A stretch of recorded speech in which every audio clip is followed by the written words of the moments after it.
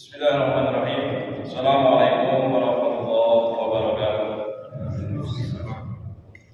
Alhamdulillah. Alhamdulillahilladzi arsala rasulahu bil huda wa dinil haqq liyudhhirahu 'ala dini kullihi wa kafa billahi shahida. Asyhadu an la ilaha illallah wahdahu la syarika lah wa asyhadu anna Muhammadan abduhu wa rasuluh la nabiyya ba'dahu. Amma ba'd. Allahumma shalli ala Muhammad wa ala ali Muhammad. Kaum muslimin jamaah salat maghrib yang dimuliakan oleh Allah Subhanahu wa taala. Dengan ucapan alhamdulillahirabbil alamin, syukur kita panjatkan kehadirat Rabbi Allah Subhanahu wa taala yang hingga detik ini masih berkenan memberikan kita nikmat yang seringkali kita lupakan, yang sampai detik ini masih mau memberikan kita nikmat yang seringkali kita enggan untuk menjalankan apa yang Allah perintahkan. Semoga nikmat-nikmat yang Allah berikan itu mampu membekas di dalam hati kita, sehingga mampu merubah sifat kita, merubah pikiran kita, hingga tercermin dalam akhlak kita, akhlak yang diridhai oleh Allah Subhanahu wa taala. Tak lupa salawat serta salam tercurah kepada baginda Nabi Allah Muhammad sallallahu alaihi wasallam, yang dari beliaulah kita belajar dan terus belajar. Tidak henti-hentinya setiap hari banyak sekali ulama, banyak sekali mubaligh, banyak sekali ustaz, banyak sekali kiai, banyak sekali orang-orang soleh membahasakan, mencoba memahami, kemudian menyampaikan apa yang diwahyukan kepada Nabi Muhammad dan apa yang dipahami oleh beliau. Sehingga memang benar-benar kata Allah Subhanahu wa taala bahwa seandainya kita gunakan pohonan, tumbuhan sebagai ballpoint dan kita gunakan air laut sebagai tinta, itu tidak cukup untuk menulis ilmu-ilmu Allah, atau bahkan sekedar untuk menulis nikmat-nikmat Allah. Karena saking banyaknya orang dari zaman dulu hingga saat ini membahasakan ilmu yang sama, itu setiap hari akan ada hal baru yang didapatkan dari apa yang dibahasakan, walaupun materinya sama. Bapak Ibu rahimahullah, sehingga kadang-kadang karena saking seringnya kita melakukan sesuatu, saking seringnya kita beribadah dengan cara yang sama, kita sampai lupa makna dari ibadah itu sendiri. Sebagai contoh, kula panjenengan, saya dan kita semua sehari sholat 5 kali, wajib 5 waktu. Kemudian dalam setiap sholat, dalam setiap rakaatnya kita membaca surat Al-Fatihah. Surat Al-Fatihah menjadi rukun yang harus dibaca. Kalau tidak dibaca maka sholatnya tidak diterima. Sehingga kalau subuh, duhur, asar, maghrib, isya 17 rakaat yang kita laksanakan, kita baca Al-Fatihah, maka setiap hari kita paling sedikit sudah membaca Al-Fatihah 17 kali. Saking seringnya dibaca, sampai-sampai kula panjenengan itu tidak perlu mikir untuk mengingat Al-Fatihah. Sekali ada kalimat alhamdulillahirabbil alamin, pasti buntutnya ar-rahmanir rahim. Tidak perlu mikir lagi karena saking seringnya dibaca. Saking seringnya lisan kita mengucapkan, melafalkan kalimat-kalimat dalam surat Al-Fatihah. Bapak Ibu rahimahullah, namun demikian sesuatu yang sangat sering kita lakukan, sesuatu yang kita laksanakan berulang-ulang, nanti akan menjadi rutinitas. Dan kalau ibadah itu menjadi rutinitas, biasanya nanti kehilangan ruh atau makna dari ibadah itu sendiri. Contoh tadi surat Al-Fatihah, saking hafalnya, bahkan mungkin satu wanayasa itu yang tidak hafal Al-Fatihah bisa dihitung. Hanya mbah-mbah yang sudah sangat sepuh yang dulu tidak sempat menghafalkan surat Al-Fatihah. Dari anak kecil, remaja, dewasa, tua, semua hafal surat Al-Fatihah. Karena saking hafalnya itu, sehingga Al-Fatihah hanya jadi rutinitas dalam sholat kita. Alhamdulillahirabbil alamin, arrahmanir rahim, maliki yaumiddin, iyyaka na'budu wa iyyaka nasta'in, hingga terakhir waladhdallin. Semua orang melafalkan itu, tapi hanya sedikit orang yang mampu membawa Al-Fatihah masuk ke dalam jiwa, masuk ke dalam hati. Mengapa demikian? Karena tadi ibadah kalau tidak jadikan rutinitas, kalau kita pahami hanya sekedar rutinitas, nanti kehilangan makna yang sesungguhnya, kehilangan ruh yang sesungguhnya. Padahal kata Nabi itu, Al-Fatihah itu disebut sebagai ummul kitab. Ketika sahabat-sahabat bertanya apa ummul kitab, induknya kitab, emaknya kitab Al-Quran yang dimaksud, yang paling utama dari surat-surat di dalam Al-Quran, kata Nabi adalah Al-Fatihah sebagai ummul kitab. Statusnya tidak main-main, ummul kitab, dan prakteknya juga tidak main-main, diulang-ulang terus setiap hari. Setiap sholat fardu maupun sunnah pasti membaca Al-Fatihah. Setiap aktivitas kita diawali dengan Al-Fatihah. Bahkan salah satu wasilah terkabulnya doa diawali dengan membaca Al-Fatihah atau minimal Alhamdulillahirabbil alamin. Bapak Ibu rahimakumullah, maka kita sebagai orang yang beriman, kita harus melihat ke dalam diri kita sendiri. Jangan-jangan saking seringnya kita membaca Al-Fatihah itu, kita termasuk orang yang menjadikan lafal Al-Fatihah sekedar sebagai rutinitas, sekedar sebagai kegiatan harian. Dari pagi bangun, sholat subuh, Al-Fatihah 2 kali. Nanti zuhur, Al-Fatihah 4 kali. Nanti asar, Al-Fatihah 4 kali. Nanti maghrib, Al-Fatihah 3 kali. Nanti isya, Al-Fatihah 4 kali. Begitu terus setiap hari, 1 minggu, 1 bulan, 1 tahun, bahkan mungkin 1 abad. Bahkan nanti yang umurnya sampai 1 abad. Itu yang akan dilakukan terus. Seperti itu. Kalau kita tidak coba memahami maknanya, kita tidak membawa Al-Fatihah itu ke dalam diri kita, nanti akan begitu-begitu saja. Sehingga ayat yang mengatakan bahwa sholat itu seharusnya mencegah dari perbuatan keji dan munkar, di dalam sholat itu ada Al-Fatihah, nanti tidak berjalan. Ada orang yang sudah rajin sholat, tapi juga rajin maksiat. Ada orang yang ibadahnya kelihatan sekali, khusyuknya kelihatan sekali, rajinnya kelihatan sekali, uletnya, tapi di sisi yang lain maksiatnya tidak kalah rajin, hibahnya tidak kalah ulet. Kemudian hal-hal negatif yang lain tidak kalah banyaknya dari ibadah yang dia lakukan. Mengapa demikian? Karena kering. Ibadah yang kita lakukan kering, tidak ada ruhnya, tidak ada maknanya, tidak sampai apa yang kita lakukan dalam ibadah Allah itu ke dalam hati kita. Bapak Ibu rahimakumullah, agama atau apa saja kalau dilakukan sekedar menjadi rutinitas, pasti akan kehilangan ruhnya. Tidak sekedar Al-Fatihah, tidak sekedar agama, apa saja. Kita bekerja, kalau itu hanya jadi rutinitas, maka lama-lama jenuh, lama-lama bosan. Kita yang kerjanya di kantor misalnya, setiap pagi jam 7 berangkat ke kantor, sore jam 2 pulang ke rumah, besok berangkat lagi, sore pulang lagi, begitu terus, maka lama-lama jenuh, kepengen aktivitas lain. Sehingga kalau liburan orang-orang pada jalan-jalan, orang-orang pada jalan-jalan ke tempat yang bagi orang lain itu biasa-biasa saja. Orang Wanayasa kalau liburan misalnya ke pantai, pantainya di Parangtritis, di Jogja, di Cilacap, di mana-mana. Bagi orang Cilacap, pantainya biasa-biasa saja. Tapi bagi orang Wanayasa jadi luar biasa. Bahkan rela bayar mahal-mahal, nyewa bis 4 juta misalnya.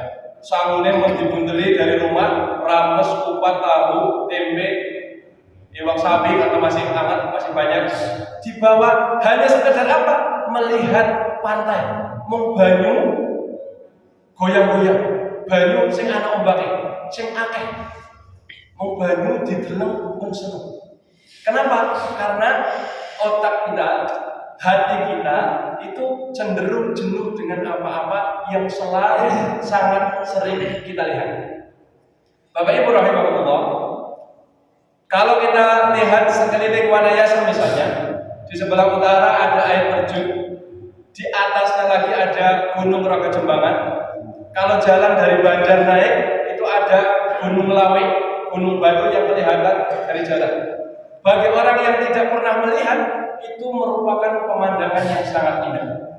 Tapi bagi Pulau Panjenengan, sing setiap hari bolak-balik Banjar Wanayasa, itu adalah tempat yang sangat menjenuhkan. Capek.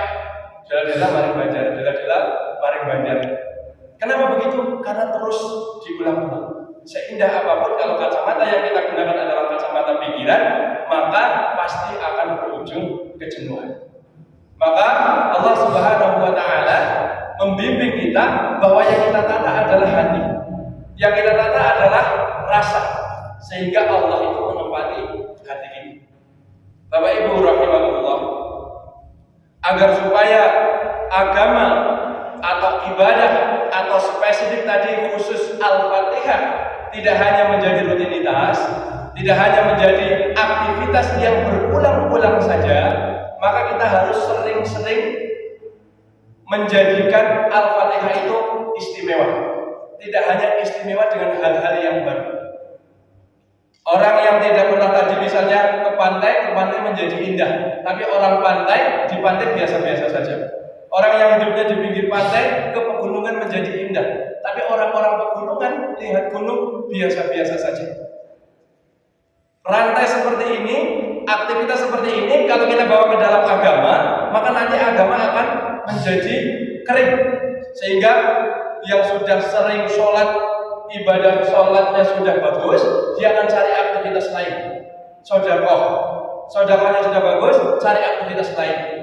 Haji sudah terlaksana, cari aktivitas lain. Bagus apa tidak? Bagus. Tapi tidak boleh lompat-lompat itu dengan dasar pikiran. Jadi kita sholat itu karena perintah Allah, kita haji karena perintah Allah, kita kurban karena perintah Allah, kita sedekah karena perintah Allah. Bukan kita sedekah karena lahnya duitnya terus akeh harap mau apa sedekah. Akhirnya nanti kembalinya ke alasan yang pertama. Kering aktivitas yang kita lakukan dalam keseharian kita. Bapak Ibu rahimakumullah, contoh sederhana adalah para sahabat itu punya karakteristik, punya sisi yang berbeda-beda. Ada sahabat yang kaya uang, harta, kaya raya. Ada Abdurrahman bin Auf, ada Utsman bin Affan. Tapi ada sahabat yang makan saja kadang tidak ada. Ali bin Abi Thalib misalnya, itu untuk makan kadang di rumah tidak ada makanan. Ada sahabat yang pintar. Ali bin Abi Thalib walaupun tidak banyak harta, tapi secara ilmu beliau pintar. Maka dikatakan Ali itu adalah pintunya ilmu. Kalau Nabi Muhammad gudangnya ilmu, Ali itu pintunya ilmu. Karena pintar. Ada sahabat yang kaya, ada sahabat yang tidak kaya. Ada sahabat yang pintar secara matematis, secara akademik, secara akal pikiran. Ada sahabat yang khusyuk secara ibadah. Mereka punya sisi masing-masing. Tapi di hadapan Nabi Muhammad, mereka semua statusnya sama, sahabat. Maknanya apa? Maknanya adalah kita bisa menjadi apa saja tanpa standar orang lain, dan itu kita statusnya di hadapan Allah benar. Maksudnya adalah kita tidak perlu menjadi orang lain sehingga kita merasa senang. Kita tidak perlu memiliki apa yang orang lain miliki sehingga kita bersyukur. Orang lain punya motor, kita harus punya motor dulu baru bersyukur. Tidak begitu. Orang lain mobilnya baru, kita harus punya mobil baru dulu baru bersyukur. Karena orang ibadah begitu. Ada orang yang bersyukur kemudian beribadah karena punya motor. Ada orang yang bersyukur kemudian beribadah tidak pakai motor, tidak punya motor. Ada orang yang kaya kemudian ibadah dengan kekayaannya. Ada orang yang miskin kemudian ibadah dengan kemiskinannya. Karena tidak bisa kita samakan orang semua harus kaya. Kalau semua orang harus kaya, berarti yang miskin salah. Padahal orang kaya untuk orang miskin. Orang kaya butuh untuk sedekah. Orang miskin itu juga punya cara ibadah sendiri. Sehingga ketika kita menjadi orang kaya, kita siap kekayaan kita untuk ibadah. Ketika kita menjadi orang miskin, kita siap miskin itu menjadi jalan kita untuk beribadah. Bapak Ibu rahimakumullah, artinya kalau ibadah statusnya kita menerima apa yang Allah berikan, kita menjalankan apa yang Allah perintahkan, maka kita tidak akan bersifat picik melihat kesenangan orang lain sebagai standar syukur yang akan kita lakukan, atau melihat ibadah orang lain dengan kacamata bahwa saya nanti akan seperti itu. Bapak Ibu rahimakumullah, ada sebuah narasi sederhana bagaimana orang miskin itu bisa beribadah sedekah melebihi orang kaya. Contoh sederhana adalah kalau orang miskin dia punya uang 100.000 dan 100.000 adalah harta dia satu-satunya. Kemudian dia bersedekah 50.000, maka dia sudah bersedekah 50% atau separuh dari hartanya. Kalau kemudian orang yang kedua punya harta 1 juta, dia bersedekah 250.000, maka dia bersedekah 25% dari hartanya. Orang pertama hanya sedekah 50.000, tapi dia sedekah 50%. Orang kedua dia sedekah 250.000, tapi dia sedekahnya baru 25%. Secara angka lebih banyak orang yang kedua karena hartanya lebih banyak. Tapi secara nilainya lebih tinggi orang yang pertama karena dia mampu sedekah 50%. Maka kalau kita dalam kondisi orang yang pertama dengan harta yang sedikit, misalnya contoh yang saat ini kita pengen sedekah, maka justru saat kita miskin itulah perbanyak sedekah. Karena kesempatan kita untuk bersedekah banyak itu saat kita miskin. Kalau orang yang sudah kaya, biasanya tidak mungkin, mustahil, atau kalau tidak mustahil ya sangat jarang orang kaya akan bersedekah sampai 50%. Orang yang punya 1 motor saja di rumah misalnya, dia kepengen bersedekah dengan motornya dipinjamkan ke orang lain, yang orang lain gunakan untuk kondangan, untuk apa? Dia sedekah dengan cara motor satu-satunya dibawa orang ini. Ternyata saat yang sama, yang punya motor ini kepengen ada keperluan mendesak dan harus pergi, motornya sedang dibawa. Dia sedekah dengan motor itu sampai mengorbankan keperluannya sendiri. Kemudian orang yang kedua sama, dia meminjamkan motor, sedekah dengan cara meminjamkan motor ini, tapi di rumah dia punya motor 3, punya mobil 2, punya sepeda listrik, punya motor yang sudah tidak terpakai karena saking lamanya dan sudah tidak terurus karena sudah ada yang baru. Sehingga kehilangan satu di bawah satu biasa-biasa saja, nggak berpengaruh kepada kehidupannya. Maka nilainya lebih banyak orang yang sedekah dengan cara yang benar. Orang yang punya harta sedikit, tapi dia sedekahkan harta itu dengan persentase yang banyak. Maka kalau kita ingin sedekah banyak, sedekahlah saat kita miskin. Bukan nunggu nanti saya mau sedekah kalau saya sudah punya uang 100.000. Sudah punya uang 100.000, nanti saya mau sedekah kalau saya punya uang 1 juta. Sudah 1 juta, nanti saya mau sedekah kalau saya sudah punya uang 10 juta. Sudah punya 10 juta, nanti saya mau sedekah kalau sudah punya uang 100 juta. Akan begitu terus. Dan semakin banyak harta yang kita punya, nilai sedekahnya nanti semakin turun, walaupun angkanya tetap. Bapak Ibu rahimahullah, dalam ibadah kita harus sampai ke sana cara berpikirnya, sehingga hati kita itu kalau ibadah itu benar-benar tulus kepada Allah Subhanahu wa Ta'ala. Standarnya bukan pikiran manusia, pikiran kita sebagai manusia. Kalau kita kembali ke awal, kita kembali ke Al-Fatihah, bagaimana Al-Fatihah kita baca setiap hari, tapi sampai masuk ke dalam jiwa kita, sampai masuk ke dalam hati kita, sampai kemudian membawa kita menjadi orang yang lebih baik. Kenapa? Karena banyak orang sholat tidak lebih baik akhlaknya. Sholatnya sudah rajin, tapi akhlaknya belum. Sholatnya sudah rajin, tapi ibadahnya belum berhenti. Sholatnya sudah rajin, tapi pikirannya kepada orang lain masih licik. Sehingga kebenciannya bukan berdasar karena Allah. Kasih sayangnya juga bukan karena Allah. Di sini ada yang menarik, seorang dokter Aisyah Dahlan namanya. Beliau mengatakan bahwa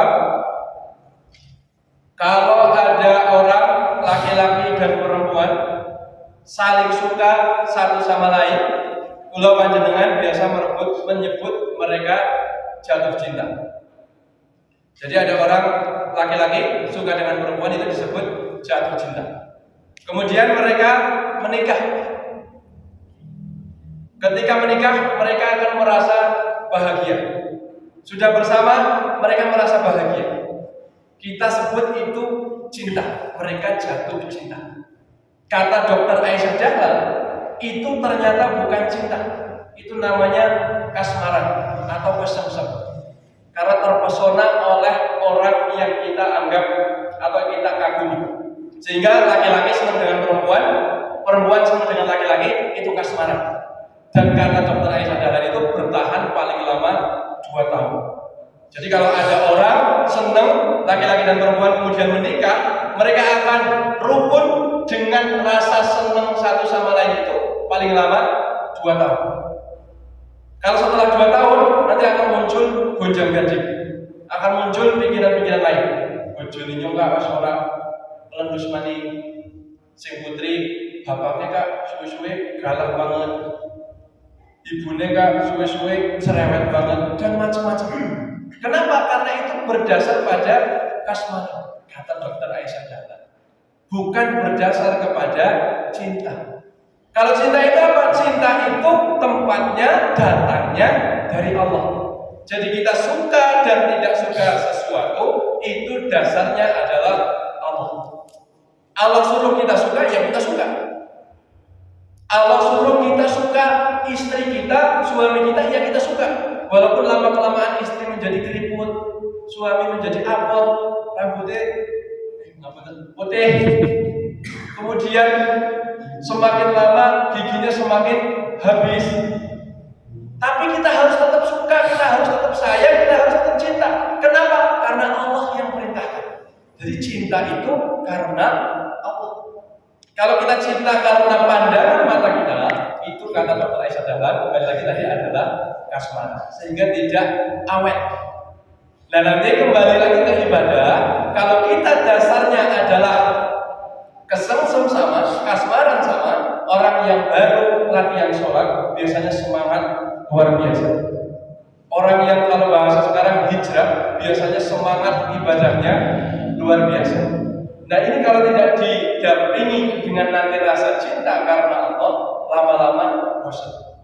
Karena aktivitasnya akan begitu-begitu saja.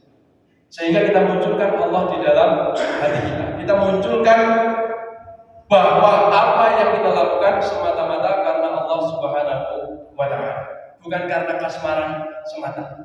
Kasmaran hanya sebagai pintu. Rasa senang, rasa tidak senang, atau rasa senang kita melakukan sesuatu, kita senang sholat, itu bagus luar biasa. Tapi itu baru pintu saja. Nanti lama-lama tidak senang sholat. Maka kalau sudah mau mulai muncul rasa tidak senang sholat, kita harus munculkan rasa senang kepada Allah Subhanahu wa Ta'ala. Sehingga beratnya bagaimana sholat, kita lakukan. Karena itu perintah Allah. Sehingga Allah di atas segala-galanya. Bapak Ibu rahimahullah, kalau kita kembali melirik ke belakang sedikit, karena ini momennya masih dekat dengan Idul Adha kemarin, di mana-mana khatib Idul Adha akan menceritakan tentang kisah Ibrahim dengan Ismail. Ada sebuah literasi yang menarik di dalam kitab Al-Hikam itu, bahwa kenapa kemudian Ibrahim diminta menyembelih anaknya. Ternyata dulu Ibrahim itu pernah diajak jalan-jalan sama Allah ke alam para malaikat. Ke alam para malaikat. Ketika diajak jalan-jalan itu, Ibrahim melihat orang yang sukanya bermaksiat, sukanya berbuat dosa, sukanya berbuat kerusakan. Kemudian kira-kira percakapannya, kata Allah, wahai Ibrahim, apa yang kamu lihat dari orang itu? Apa yang akan kamu lakukan kepada orang itu? Kata Ibrahim, ya Allah, itu orang ahli maksiat, merusak dunia. binasakan saja dia dari dunia. Kira-kira jawaban Ibrahim seperti itu ketika diajak jalan-jalan sama Allah. Singkat cerita, kemudian ketika Ibrahim tidak punya anak dengan waktu yang sangat lama, setengah abad atau 50 tahun, kemudian Allah karuniai anak, kemudian Allah perintahkan anak itu untuk disembelih. Ibrahim dalam percakapan dengan Allah itu, ya Allah, ini kan anak saya, kenapa kok saya disuruh menyembelih? Ada rasa tidak tega bapak kepada anak. Kemudian kata Allah, kamu masih ingat ketika dulu saya perlihatkan ada orang yang sukanya maksiat, ada orang yang sukanya berbuat kerusakan, kamu bilang musnahkan saja dia, bunuh saja dia, bahasa sederhana, atau matikan saja dia dari dunia, biar tidak ada di dunia. Orang yang kamu suruh untuk musnahkan itu adalah hamba saya, ciptaan saya, kata Allah. Sehingga kalau kamu merasa tidak nyaman ketika saya perintahkan kamu untuk menyembelih anakmu, begitulah seharusnya kamu berpikir ketika kamu menyuruh orang yang ahli maksiat itu untuk dimusnahkan dari surga. Bapak Ibu rahimahullah, kalau melihat dari sini, maka kita pandangan mata itu ternyata tidak selalu benar. Pikiran kita ternyata tidak selalu benar, walaupun kita sudah dengan koridor yang benar. Namanya orang ahli maksiat, ya salah. Namanya orang yang berbuat dosa, ya salah. Tapi pikiran kita harus jernih bahwa mereka salah itu perbuatannya, bukan orangnya. Sehingga tidak mudah kita, oh salah kita musnahkan, salah kita buang, salah kita usir. Mereka salah, tapi mereka adalah ciptaan Allah. Mereka salah, mereka adalah hamba Allah. Sehingga nanti kan kembali lagi, kalau itu hamba Allah, maka kita punya kewajiban tanggung jawab untuk mencintai apa yang Allah ciptakan. Bapak Ibu rahimahullah, sehingga kalau kita kembali lagi nanti ke Al-Fatihah yang sudah menjadi rutinitas, maka kita harus menetralisir atau mensinkronkan atau mengkonekkan, menyelaraskan pikiran dan hati kita tentang hadirnya Allah dalam setiap kehidupan kita. Sehingga keputusan-keputusan, tindakan-tindakan, ucapan-ucapan itu tidak lepas dari apa yang Allah suka. Kita suka sesuatu karena Allah suka, kita tidak suka sesuatu karena Allah tidak suka. Karena Allah sendiri yang menyampaikan, bisa jadi kita suka terhadap sesuatu, tapi itu buruk menurut Allah. Bisa jadi kita tidak suka kepada sesuatu, padahal itu baik menurut Allah. Dan ini seringkali terjadi. Karena kita melihat dengan kacamata pikiran kita sebagai manusia. Maka ada sebuah riwayat yang mengatakan utlubul ilma minal mahdi ilallah. Kita harus menuntut ilmu, belajar dari buaya sampai liang lahat. Karena apa? Karena belajar untuk itu selaras antara hati dan pikiran, supaya Allah satu-satunya yang ada di dalam hati kita. Ibrahim tadi ketika menyembelih anak, dia bercakap-cakap dengan Allah, mengatakan tidak tega kepada anaknya. Kemudian Allah sampaikan alasannya. Kemudian setelah percakapan itu, penyembelihan itu dilaksanakan. Kenapa? Karena itu perintah Allah. Walaupun rasionalnya tidak jalan, masa ada anak disembelih yang sudah ditunggu 50 tahun. Tapi karena itu perintah Allah, ya sudah, kita laksanakan saja. Kita kembalikan bahwa Allah perintahkan itu pasti baik, walaupun menurut pandangan kita itu buruk. Sehingga apapun yang terjadi nanti, kita tidak mudah berputus asa. Yang kemudian munculnya emosi, yang kemudian munculnya mencari kambing hitam. Itu ketika nanti Al-Fatihah sampai masuk ke dalam diri kita, sampai masuk ke dalam jiwa kita. Alhamdulillahirabbil alamin. Segala puji bagi Allah, Tuhan semesta alam.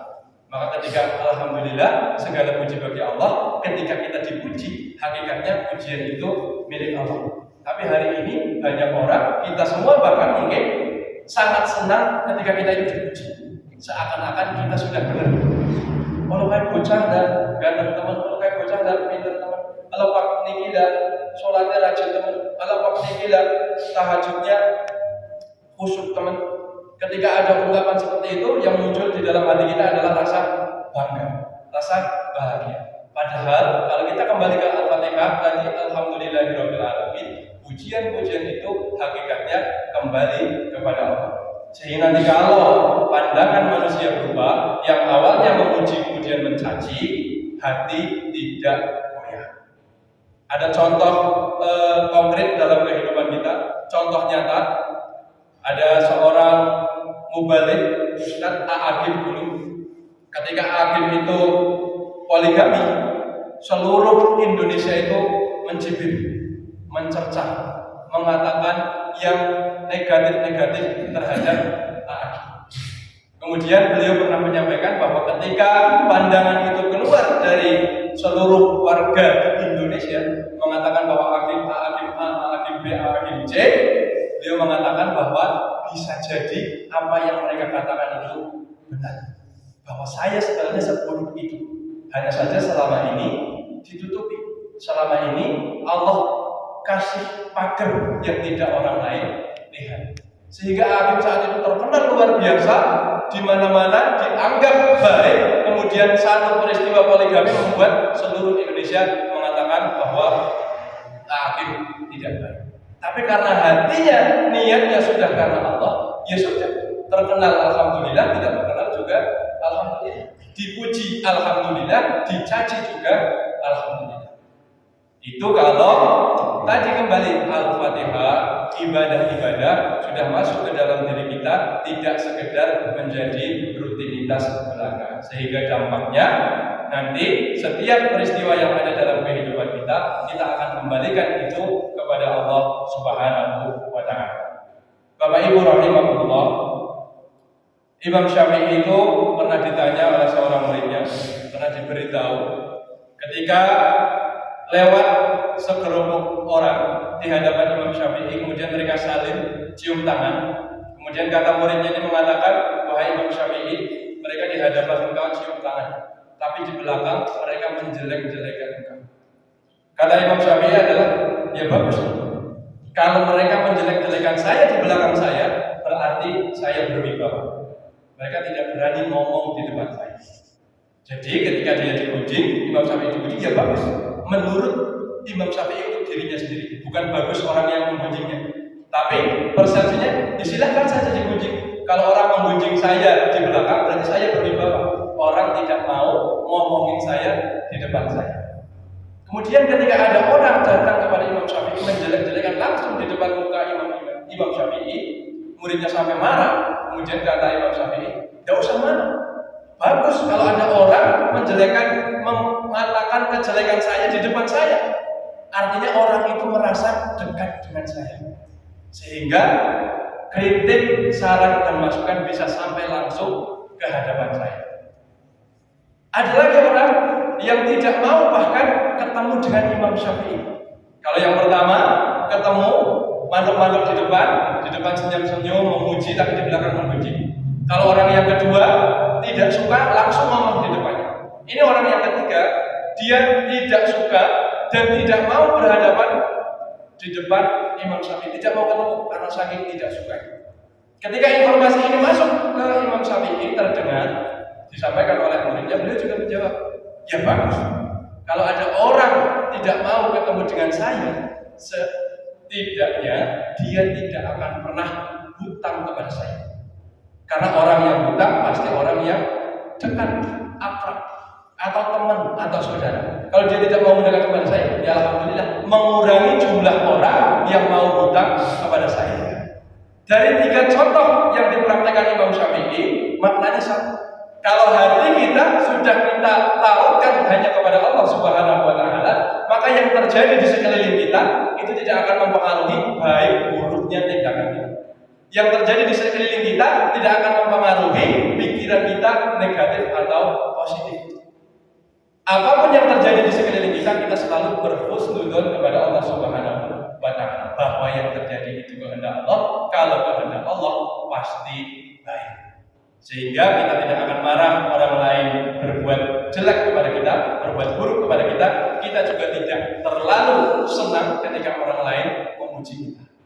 Karena orang manusia itu seperti itu. Kadang memuji, kadang menghina, kadang menyanjung, kadang mencela. Pasti seperti itu. Kita tidak bisa membuat orang semuanya memuji kita, senang dengan kita. Jika tidak, mungkin semua orang benci dengan kita. Bahkan di Indonesia ini, kalau ada orang mengaku nabi, itu pasti ada pengikutnya. Sejelek apapun orang itu di hadapan kita. Ada orang gila duduk diam di sebuah gubuk di kebun lama sekali. Orang gila itu lama-lama ada orang datang, dianggap wali. Padahal sudah jelas dia orang gila.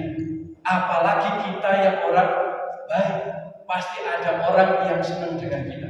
Pasti ada orang yang tidak senang dengan kita.